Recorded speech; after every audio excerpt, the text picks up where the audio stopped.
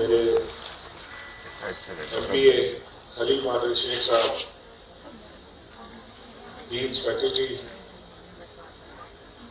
parents, students, teachers, السلام علیکم. مجھے خوشی ہے کہ آج میں آپ کے درمیان اس کنوکیشن میں موجود ہوں, اور میں ہمیشہ جب بھی جاتا ہوں کسی کنوکیشن میں مجھے اندازہ ہوتا ہے کہ گولڈ میڈل حاصل کرنے میں خواتین کا زیادہ کردار ہوگا اور لڑکے کم ہوں گے. لیکن آج تو سارا ریکارڈ ہی ٹوٹ گیا. آج 100% میڈل جو ہے سب لڑکیاں لیتی ہیں اور لڑکوں کو کچھ نہیں.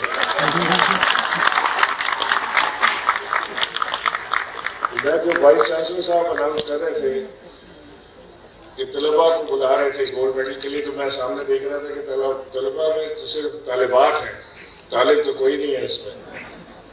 اور دس گوز آن.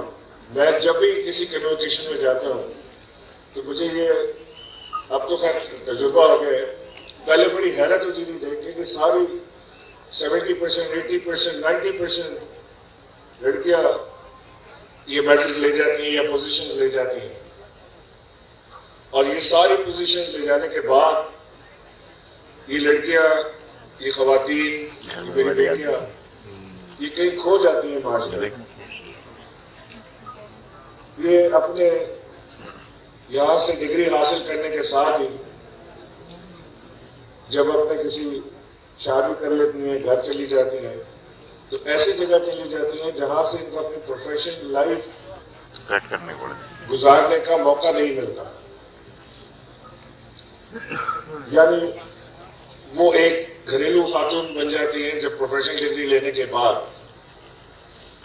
اور میں اسے یہ یعنی شادی کرنا اچھی چیز ہے, آپ شادی کریں, گھریلو خاتون بھی بنے, اللہ کرے بچے بھی آپ کے نوجوان ہوں, گھر میں سکھ بھی ہو, سب کچھ ہو.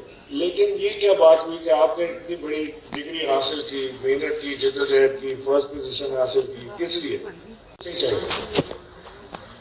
بس ماں باپ کی خواہش ہے کہ کامیاب ہو جائے. ایک عجیب خواہش اللہ نے رکھی ہے. ہمارے بچوں میں یہ خواہش ہونی چاہیے کہ جب آپ کامیاب ہو جائیں تو آپ اپنے ماں باپ کی ان خواہشات کو پورا کریں جن کو انہوں نے آپ کے لیے قربان کیا. مگر ایسا ہوتا یہ ہمارا معاشرہ, ہمارا مذہب ہمیں سکھاتا ہے کہ اپنے ماں باپ کی خدمت, فیملی کو انٹیکٹ رکھنا.